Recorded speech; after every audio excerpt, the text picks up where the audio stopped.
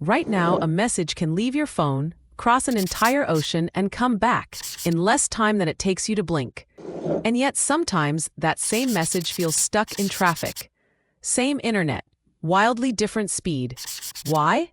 The answer has a name, and once you know it, you'll understand every lag, every freeze, every why is this so slow moment in your life.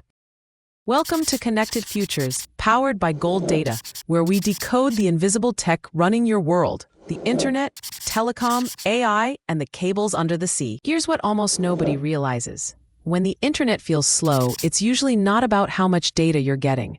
It's about how far that data has to travel, and how long you wait for the very first piece to arrive. That wait has a name, latency, and it's the most misunderstood number in tech. Let me show you how serious this gets. A few years ago, a group of financial traders looked at the cables carrying data across the Atlantic and decided they were too slow. Not slow like buffering, slow by a few thousandths of a second.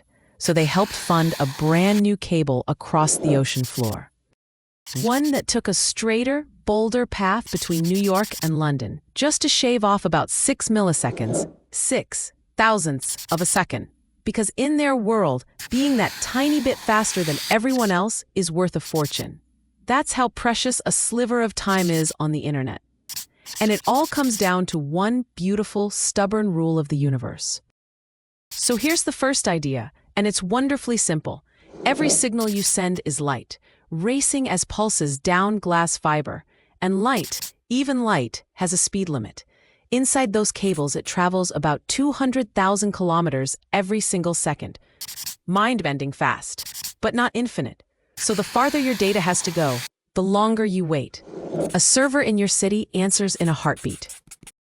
A server on the far side of the planet, your request has to physically cross the world and come back.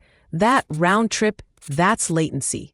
And here's the second idea, the one that clears up years of confusion. Speed on the internet is actually two different things.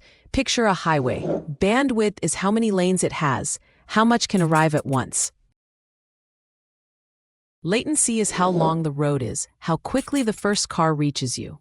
You can have 100 lanes, but if the road stretches across an ocean, that first car still takes time. That's why a giant download and a laggy video call can happen on the very same connection. One needs wide lanes, the other needs a short road. Which is exactly why the industry does something brilliant.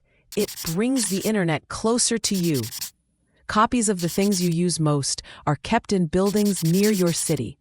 So your data barely has to travel at all. Shorten the road and everything feels instant. Now watch, you felt latency today. You just didn't name it. That tiny pause before a video starts playing, that's your request traveling out and the first packet coming back. The whole round trip in a heartbeat. A call to someone far away that feels half a second behind, so you keep talking over each other. That's not a bad connection. That's distance. A game that feels laggy even though your download speed is huge? That's latency, not bandwidth. The road is long, no matter how many lanes you've got. And that moment when a page just snaps open instantly? Thank an engineer who placed a copy of it right down the road from you. So here's the whole thing in one line. Latency is simply the time your data spends traveling out and coming back. Not how much you get, how long you wait for it. No magic, just distance and the speed of light. Before you go, two things about internet speed almost nobody knows, and they are wild. 1.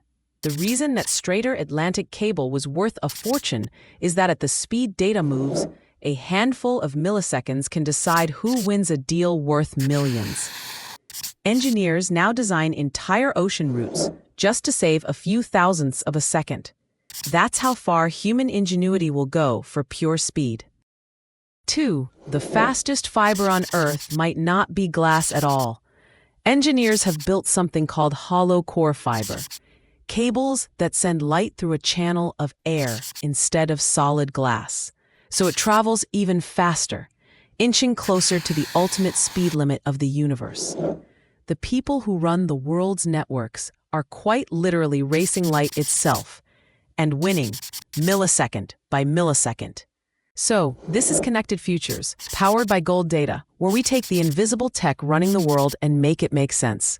If this changed how you see that little spinning loading circle, hit subscribe and turn on the bell. It's genuinely what keeps these videos coming. Next time, we're going where your data actually travels, all the way down to the bottom of the ocean, to the hidden cables that carry almost everything between continents. You will not believe what it takes to lay them, because the more of this you understand, the more of the world you can see.